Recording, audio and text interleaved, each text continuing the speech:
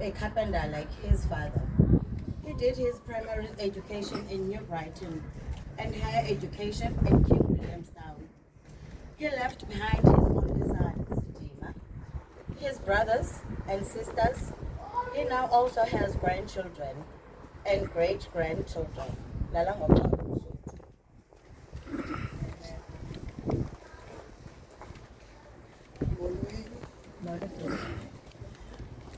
uVuyelwa Tsoko uzalwa nguMacDonald noNonceba Tsoko. Uzalelwa eKamnyiba. Akahlelanga ixesha elide eBhayi.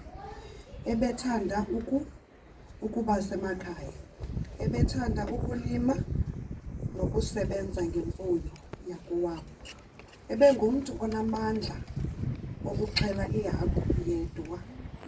Abanjelwe ngabantwana bakowabo.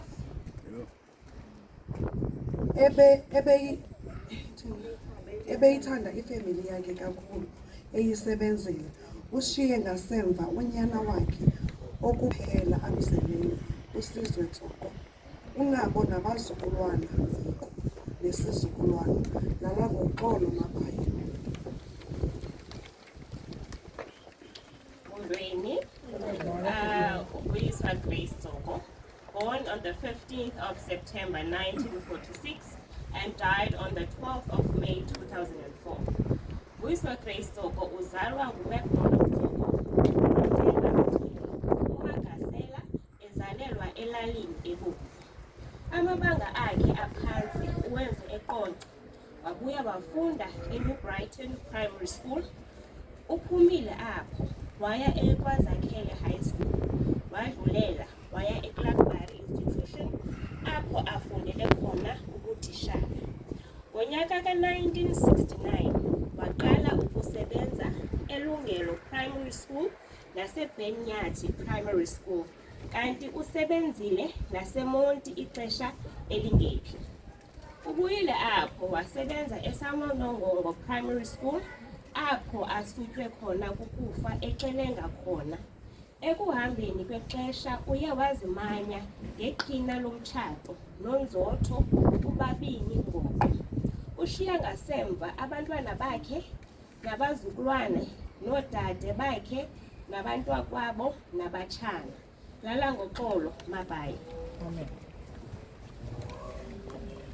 Molweni.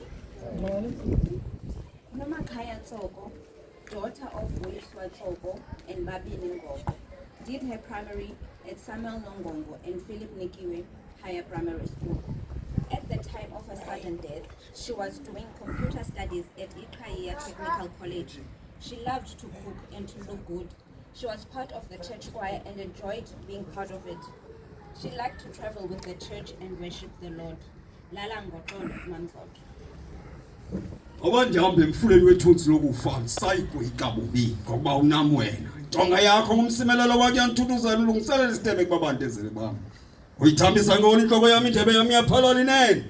Ndawulandela kulungilene enxeba yonke imihlabo mbam. Ihlale emzini kaYehova imihla emide. Mina nendlu yami sakumkhonza uYehova. Iphelele apha. Asinaxesha ngoku ndiyakumfundisa. Andifuni umfundisi ayifumane nendawo egocayo. Ngifuna ukuthi kuwe lunga ngoba sizawuthetha uThixo uqobo lwakhe. Ithi ke ngokulonto leyo masizilungiselele. Ithi ifike ibhasi ifike izwi lenkosi sifumene. Mfundisi wami. Naba bantu ebezawuthuka uBhayi naba bantu. Enkosi. Hallelujah. Over to you, please.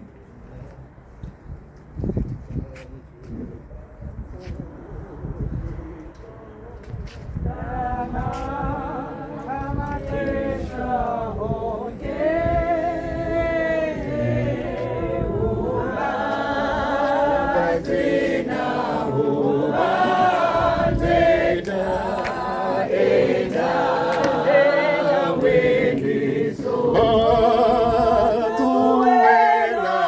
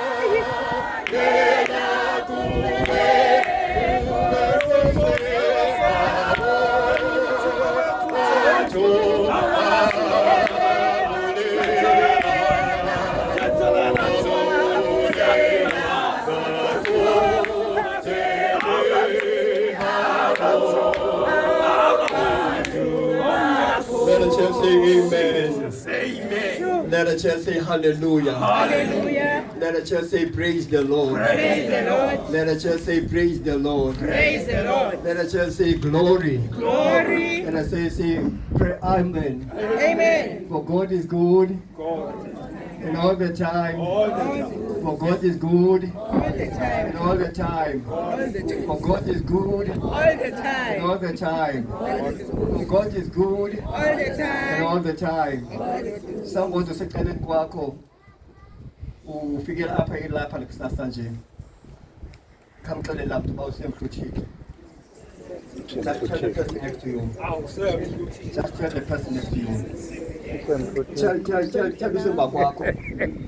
Sanikuba babakho ngasemva. Uxelele futhi. Usemhluthile. Uyamntenzeka ebomini bam. Usemhluthile. Amen. Mahlanje nyongo bubomi sanithanda uThixo. Amen. Kwinzingo eniphumele kuzo nezifikayo uThixo sanibabala. Sandinyula. I'm very proud to say he is still God. He's still in charge. He's still able to do marvelous things for you. Usemhluthile. Yona ndithi khawuqhayise.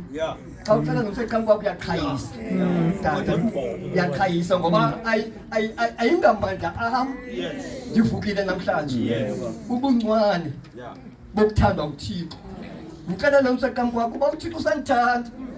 Ngicela kamxelele umsekhanga wakho uThixo usandithanda. Sometimes we don't even tell our families that we love them. We don't even share. Emakhayeni ethu ngoba jonga kule meko sikuyo kwelikhaya there is still love and God is still in charge. Asizithethe ezo zinto. Sinenhloni of sharing what God is doing for us. Sinenhloni of telling the glory and the beauty of God in our lives. Ndingayiphinda ngesixhosa asizithethe izinto zokuba jonga ndiphumelele nje ayikuba ndiclever. Lubaba. Endilufumene ngesisa ngoba andimhlanga apha ebukhoni nazono. Hayibo apha ecamp kwakho lo mntu secamp kwakho kusazi isono sakhe ebesenza izono naye akasazi sakho kodwa I must say sonke sinazo. Am I that? Yeah, we all make mistakes. We all do things. Ekhona ke nixesha kuba u-embarrassed lento uyenzile. Good Lord bakunovela abantu babona you yenziwe ngwe lento ngoba ayifani nami lento. Can I say this once more? Ukhona ke nixesha unenhloni ngoba you make a mistake ongakhambi uqonde ngoba jonga uyenzile lento. Kodwa uyenze kuhleli phansi sazela sithethe nawe sikujonge njengomuntu oyenza into engakhange ifaneleke. Good morning. Ngoba sonke siyazenza ezi zinto kodwa sinothixo sithandayo nosikhathaleleyo ndizokutsho xa namhlanje ngokucela le family manje ukhilela amatyeli ezigodi nababantu bakhulu ndizothi namhlanje uthixo usikhathalele uyasithanda.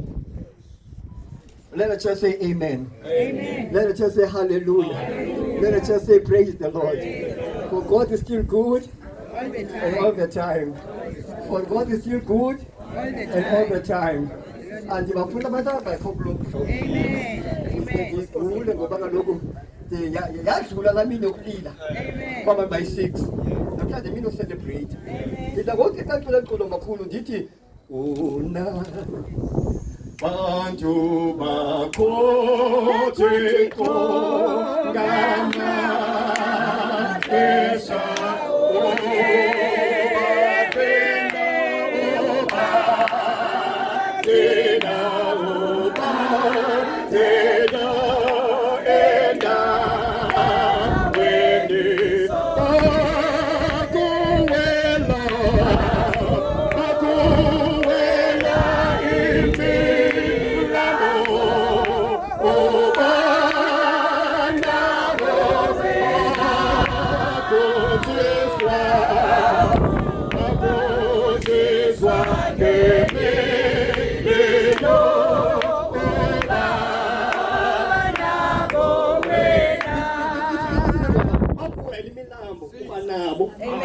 Ndicela usifaka. Yeah. Ndicela usifaka. Ndicela usifaka. Endathi siba, bandithi si. Sa. Sabana ne? Yeah. Sakuwela imini naboloba. Natewe sakotetswa. Sakotetswa ngemelelo.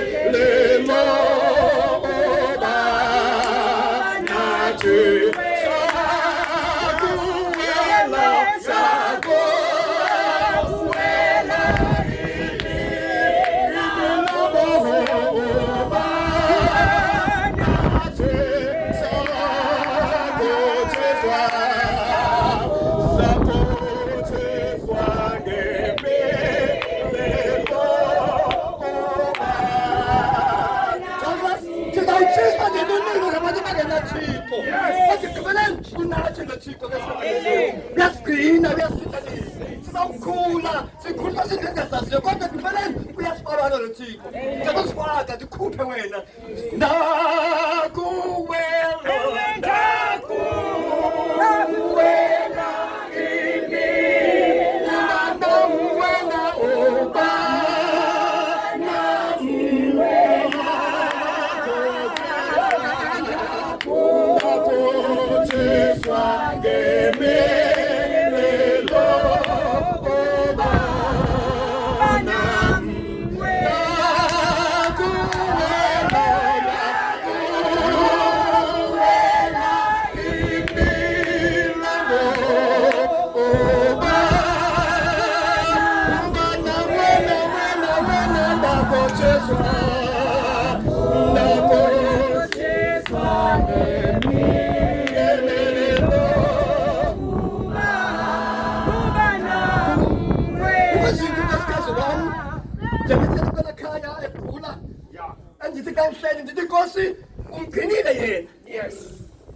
Umgcinile yena. Kodwa ngaphambi ukugcina yena ugcine mna. Ngoba xa ugcine mna amandla akhe okuphila afumana kapha kum. Therefore xa ndisima ngokholo ndimela abantu amnyama kunye nabo ndinento ethi owam uThixo uyamphendula. Impendulo eza kum ifaka aba bantu baseceleni kwam into ethi xa ephila utata nathi sawuphila. Yabantu manje kusho ndithi nabantu bakoThixo. Kodwa unam gcina mna ngoba xa ndimane ukuthandaza ndedwa ngamaxesha angayiva le nto ndiyithethayo. Ngamaxesha angayiva ndibulisile kusasa nje. Ndicela ndinto enye encinci uba masiyophila amatye abantu bethu abasibathandayo. Yimini yefemeli le. Yimini yefemeli. Yimini abantu abathe bawuhlala phantsi babona okokuba masenze lo msebenzi ufana nala. Yimini yoba kudibana abantu uthe utata balapha kule ndawo uthi kubantwana kuthi utata abayi-36. Mzukwana 36. So aba bantu bonke banefamily nathi sizukulwana ngesizukulwana sizokhumbula iinkonde zekhaya. mean of celebrate. You know, the kind of Babas John about to chick about 20 or Hamanabo, or about Guyana, or not the laws, or niggas into Chicafuna was niggas over each and everyone up a kaya, who now into all Chicam Nikayo. We differ in the manner in which we think and do things. Yet, God has given us something different from those that we grow up with. Ndingayiphinda leyo ngesikhosi singaphuma kumama omnye so i-36 kodwa sonke sinento esinayo uthixo asinike yona. Sometimes people look down upon us ngenxa yokuba omnye ebhetele kunomnye ngemfundo, yet ukuze akhule anyuke uphekelwa nzima endlini. Amen. So you have value in the midst of the shadow ophila kuyo kule family yakho. Noma kokona phangeli une-value in the midst of the unemployment rate ekhoyo nawe kubekwa kuyo, there is value because looks at you uthixo athi jonga ungowami sakuthanda noma ulelo nalalaziwayo ekuhlaleni utawugqipha uzawugeza kwabantu abagezayo kwesifamili zethu mosi hayi senza kule senza bahle kwabantu abageza kungena phaa egeyitini ngoba dam angenela geza lelalapha elageza lelalapha kunjalo nje xa lingekho kazaka balikho ngoba ligeza lelekhaya lakho. So everybody is created by God for something efunekenzile. Uthi Joshua kule ncwadi singayo le mina namhlanje ndicela ungena kuyo tata kancini kule misuzana emihlanu iphiweyo kwesahluko sesine kukho phaya abantu abathethwayo nguthixo uthixo ababizileyo. IBhayibhile yami kuchapter 4 uJoshua ubiza inkulu zelizwe ngalinye lokwaSirayeli. Should I say zohlanga ngalinye kwilizwe lakaSirayeli wababiza uthixo njengoba ebazi ukuba banikwa nguthixo into afanelekileyo kula makhaya abo. Wathi uthixo kuJoshua senyulele. Ndicela ufunda le ndawo ukuze ungathiwa ndithetha into zami. Unamandla. Yes. Jonah chapter 4. Hallelujah. Joshua isahluko sona sesesine. Ngicela ukhangela ke kwesahlukana seshumi sesithandathu. Uthi Paul verse number 3. Thabatha apha phakathi kwa kule ndawo zime kuyo inyawo zababingeleli amatye okumiswe abe 12 niwele nawo niwabeke kuloo ndawo yokulalisa niya kumisa kuyo ngabo busuku.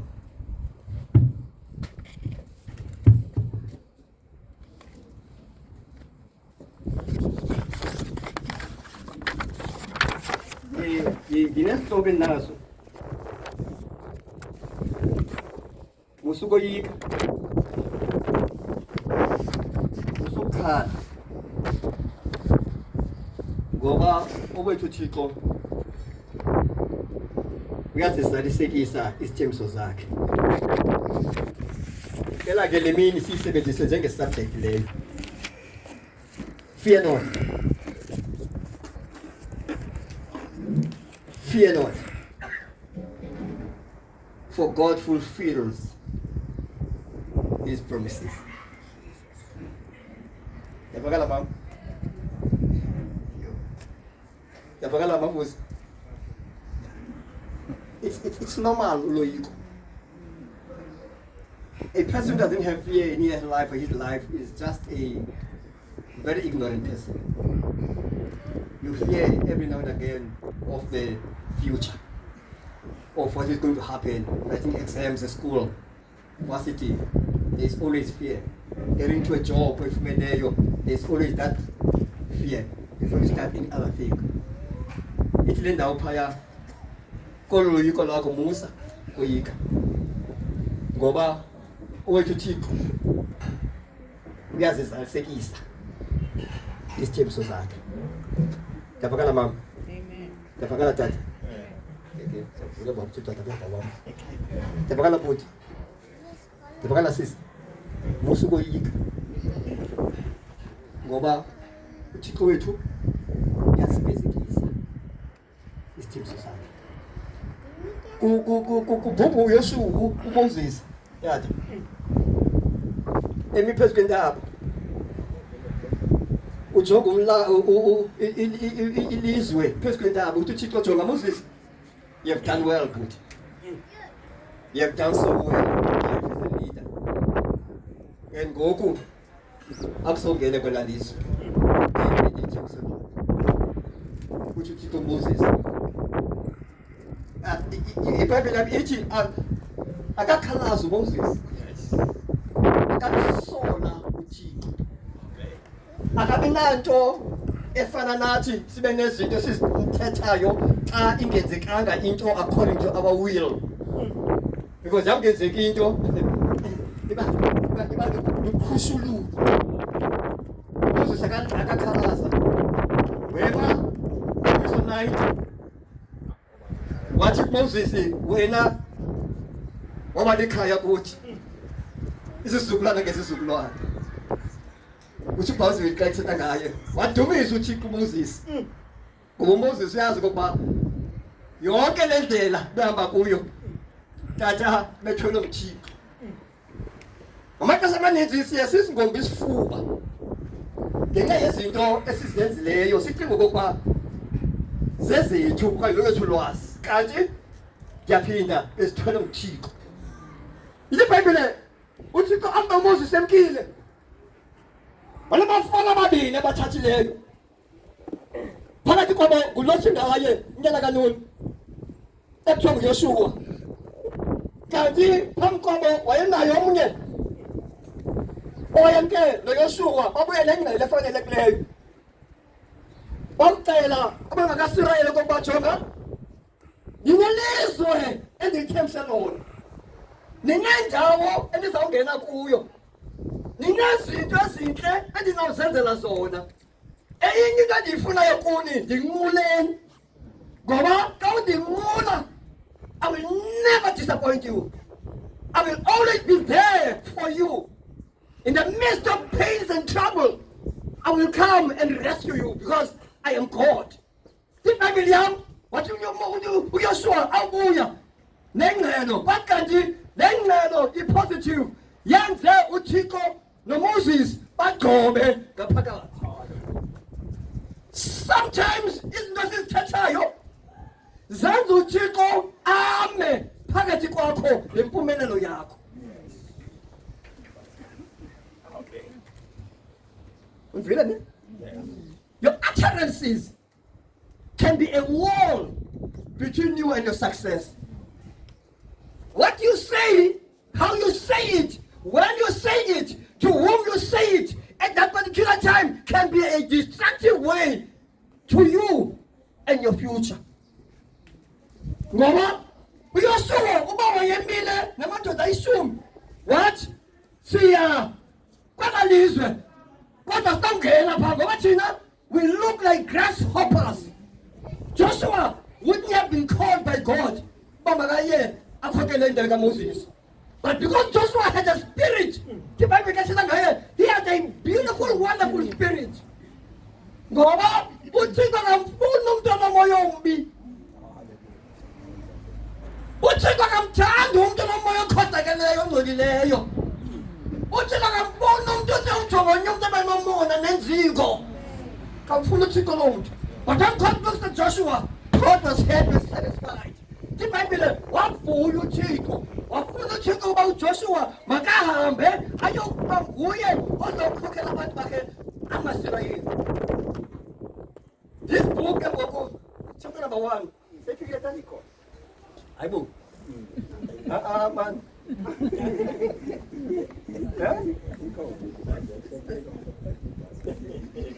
that's unfair. No, it's unfair. We have an 8 who does pay? No, man, no. Nikhapha ngo-12 ngubani emgqobeni manisuka. No, I'm ready for the whole day.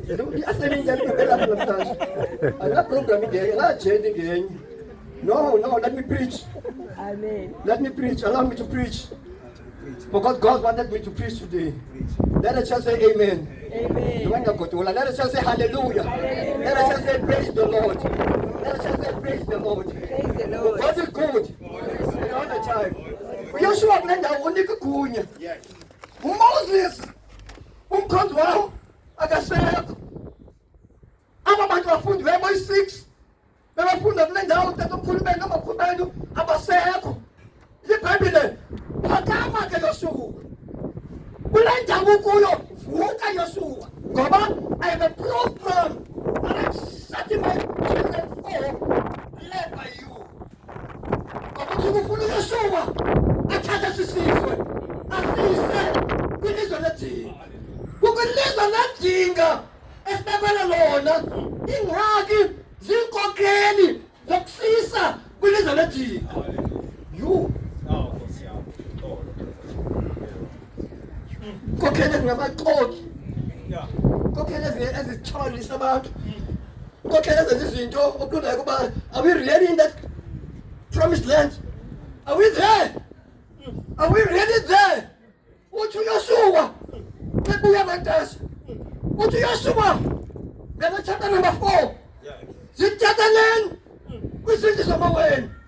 Each family inayo inkulu. Each family inayo umuntu responsible. Each family inayo into ethijonga. Awuthatha ubhuti, kwawuthatha inkulu ekhaya, ziyazola izinto. Ngoba he's super minded and he fear God. Ndingayiphinda ngesikosi? Ndingayiphinda ngesikosi? Ifamily usapho ngalunye lunaye umuntu othi xa velile kuzona ekhaya. Baba nayo ekhayeni thandazela ukuba mayivele lo nkokheli. Ngoba uThixo akayinikela ngamva ifamily yakho. Bayikho, talk to God as a family. Bayizinto zonwabanga ngokwenu, talk to God, call on him. Because God is ready to provide the direction to family yakho. Tipemele ndawo, zenyuleleni. Nyula abantu nje.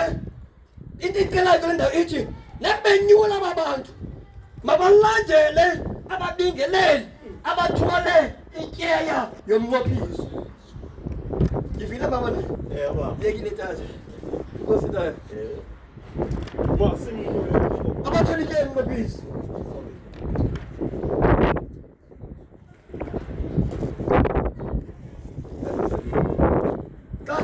Xa iBhayibhile xa belandela ababingeleli abasikela ngoThixo zonke izinto esifunayo zizakwenzeka. Uvile mama? Abathi amen mama kwicala. Amen. Amen. Which means yonke lento yokuphuma kwenu kwilizwe lokwayiphutha ninqwenela ukuba kwilizwe ledinga. I am God. I promised to Abraham, Abraham, I'll be with you. I kept my promise. Uyosef, ekofaro, ufake kabayinto. I gave Yosef the wisdom of revealing amaphupha. And I promised Moses. And today, I'm promising you through Joshua. Now ngena kwilizwe ledinga. Ithi iBhayibhile yami nizawunyathela emanzini egquma kodwa xa unyathela wona kuzawuthi xwaka. Ngoba unyathela into ethandiswa nguThixo. Chapter number 4 verse number 6 ithi bakulandela ababingeleli bami bazawungena emanzini egquma okanye esilwa kodwa iinyawo zabo mamela tata iinyawo zakunyathela emanzini azawunqamka amanzi. Meaning there will be no danger in those who follow you because you are led and controlled by God. Ndiyabakala mama? In your home, family, akuzoba khona izakwenzeka xa ukhokelwe nguThixo. That's a promise. trust him. And the promise booty, zona chomi ezikulandelayo zifuna ukuphalasa. Ngoba uGod nguThixo kwelakhaya. Ukunto ethi wena nesizwe uthi Joshua kuthona na-34. Singulalanje inakukhozi. Lokho bathi babekhoza bona yise phesha komlambo. Uthi kodwa ke mna nezwi yami. Phesha komlambo.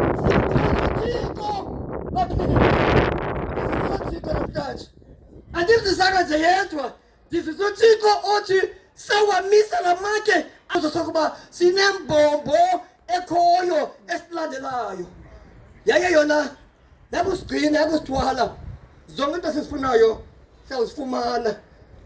It's a promise, Mama. It's a promise, and God is prepared to fulfill His promises. The only thing, our faith is dwindling. We don't trust God. We don't believe that God can change the situations later than the We don't believe that God can make miracles out of the dead that are there. God can bring life. Out of the marriages that are being destroyed by the evils of this world, God can bring reunion on. Out of instability, God can bring instability because God can. This is not a promise namhlanje kwekhaya. Nakwalapha ekhaya. Nakwakums. Nakabantwana. Unakho Thixo. Ngiyacelayo inye. Thatha umbingeleli. Olilizwi lakhe. Umbeke phambi kwabomi bakho. Ubona uThixo kwenza limi imangaliso. Ngoba uthi Yesu uthi bizani na ngamaxesha onke. Mina ndakwenza lento zonke into endifunayo. Bendifunayo kuyinye. Ndizubisa. Let us all as we worship namhlanje. Sikhumbule uba ngalamazwi akhona into engenzeki. Akhona nje into engenangenzeki. Everything enokwenzeka ngamandla kaThixo. Be blessed today. Mama, be blessed mntanam, be blessed Dad. Yokunto icelayo ngenxa yale mini mayenzeke. Akusikelele uThixo wena nekhaya lakho. Akusikelele uThixo wena nomzi wakho. Akusikelele uThixo wena nendawo nabantu ebhala. God can. He keeps His promises and He fulfills His promises. Tell somebody icam kwakho. It's possible. Yes, It's possible. possible. Possible. Hayi uqelele. Possible Lord. Possible Lord. Possible Lord. Nokwenzeka Lord. Zaka lokho umuntu osami phana. What is possible Lord? Amen. Mama lijike bengulonje ufuna bayiyo. Zange khona umuntu ufuna ukunqwenela abantu bakho divorce endini yakhe. What is possible Lord ba? Uzole bechaphe ngeke. Zange khona umuntu uthi ufuna uphana, andiphangele andiphangele. Impossible Lord Thixo wethu umsebenzi bekhona. Ubenaka 2025. But 2026 is yours. Amen. 2026 intsikelelo kaThixo ikhona. All that you need. Thabatha phakathi kwendlu yakho. Abantwana bakho nenkulu zakho. Thabatha babingeleli. Babeke phambi kwethoni yakhe ingcwele. Unyawo zakho zandele bona. Ubone uThixo umenzele izinto. May God bless you and guide you in Jesus' mighty name. Our Father. Amen. Amen. Masimbule umfundisi sesiphuma zabali. Amandla lamasi. Sizawuthandaza. Silungisela ukuphuma. Uthi tata ke ngithela pha hayi manje sendithatha la ndawo yakhe. Ngoba ixesha limkile. Ndiyafuna umsiya ngaphandle ke. Masibulele kumfundisi okokuqala ngoba into enzekayo unyanisile uba uMoses salibekiwe ingcwaba lakhe phasalazi besizawunqula uMoses. Le nto uThixo wathanda uba makamthathe amthatha ngomnyamalala kungaswa nophi bawuphi kweli cala besizawuba sengxakini. Nkosi mfundisi wam mani siyabulela sizawucela nje siphakame thobe nje intloko egameni loyise lonyana lomoya ingcwele kusenkosi yethu Yesu Kristu waseNazaretha. Moya ingcwele moya wenyaniso Thixo wamandla wena ubuthixo wethu Nkosi ukhomandzulo Thixo usekho ngexesha usekwakho kwixesha elizayo samandla silawulele Nkosi yamabandla usithethelele Thixo usoyisele moyingcwele izinto zelizwe ezikhohlakeleyo ezingenantsima Nkosi Jehovah Jireh Jehovah Nisi Jehovah Shalom, Jehovah Yahweh, Jehovah Al-Shaddai, Jehovah Rapha. Sithenkosi. Anti le nyanga kaDisemba Nkosi yami. Nkosi yavuthulula ngemiphu. Somandla yavuthulula ngamabhoso. Somandla yavuthulula ngentakatho. Thixo wami, usisiya nganina. Sincede Nkosi sithathe Jehova. Lasemadlakeni besitsholuleyo sawuqhubela lo msebenzi silawulela amangcwele usikele sithamsangelise ngegunya lalo wasifela uYesu Kristu waseNazaretha lonke ibandla lithi amen. Amen. Ngoku sizophuma yahamba ke ngoku ifamily yakhe sibheka sizaya ke emadlakeni gqikile ke umsebenzi ukhona apha endlini lokukumbela le nkonzo sakulenza emangcweleni yahamba ngokubhekwa emangcweleni lotyhilwa amatye iwathamsangelise kude bekungaphakathi amen. Uxolo kancinci. Alizoba khona ixesha lokubulela emangcwabeni. Amen. Yes, lokubulela emangcwabeni. Ngoba mininzi le misebenzi. Mandicele nje ndeze ngokukhawulezileyo umbulela. Azohlabela nengoma. Nozazisa ke kwale family. Ixesha limkile. Mandibulele iqala utata ethi samcela umfundisi uMali yokuthi azoqhubeka nomcimbi nomsebenzi wavuma okulekileyo njengomthandiso wenkosi yize kubantu abamenyelele ikhaya kumakhaya ngamakhaya lizokuthi ndiyabulela kwathi elikhaya liyabulela nokuthi nizidine kule weather imnandi kangaka abantu bebecinga into ukuthi izawa lemvula ingaphezi kodwa uThixo ungakweleka icala esimkhonzayo imvula siyayidinga sikelelo ukuthi manibulela abantu abathi bazidina ndibulele nabangasemva ababhizi since last night ndingabalibali abantwana belikhaya abazukulwane mandiphakamise lo ndawo ngoba silapha nje kungenxa yabo ukudibanisana ukuhlanganisana inhloko zabo awukho lula lo msebenzi baninzi abantu abalapha bangcwaba ngo-70 something abakawatyila manje namhlanje loo nto leyo ayikho lula mhlawumbi omnye nguyena ekhaya akwazi ukuhlanganisa eyena amandla asiwathelayo ukuthi singaphili ezi songa semihla ngemihla sisicelayo loo makhaya makwenzeke because siphila nje nomhlaba sineminqweno ke nakasoze iphele inqondo yethu makwenzeke mandibulele othi sendibulele ke phofu abantu abalapha nabazukulwana ke abangazi into abalapha nabo ndiyababulele ndiyathemba mntu nanomfundisi wami ukhona apha emva kwam yena ke ayazi uba ndimbulela ngekofu nethi ayikho enye into namanzi amhlophe noma abantu abagqibela kudala ubabona ndiyababona ndiyeza kodwa omnye uyaqhuba apha wafundiswa ndim uqhuba lajuli athi uzawahamba ngemincili le ndawo mani yabantwana balapha ibingekho lula andiphazoyishiya ukuhlanganisana ngabazulwana abo balapha umakhulu nawo umakhulu wethu omanesigayida nami ngeli gama ke ndalinikwayo kwathiwa nguvusumzi nguvusumzi lona ezi nto ngabona lijoma zingawi nezazipha iChristmas nawo zingawi hlale zimile ukuhlanganisana hayi andiyazi ke ukukhusela xa ndiyaba ukhusele ntoni ke umkhuseli andiyazi uba ntoni ekhuseleyo ya mandibabulele mani nozoleka unomakhaya ongekhoyo befuna ukuthi unoxolo uthando nomathabisana ukuhlanganisana nentloko phantsi komakhulu because umakhulu yona nihlala apha endlini manithiwa makhulu nansi iprogram ukuthini ayi-endose uqhubeleke umsebenzi bona basekhaya ndiyabulela mani ningadinwa siphinde sitshile matye ngoku hayi likhona eli-one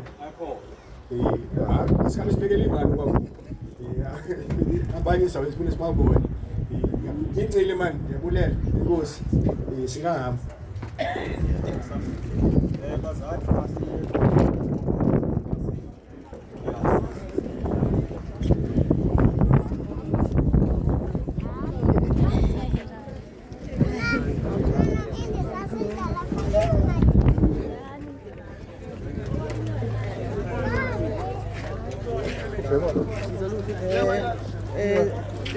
ezwide ne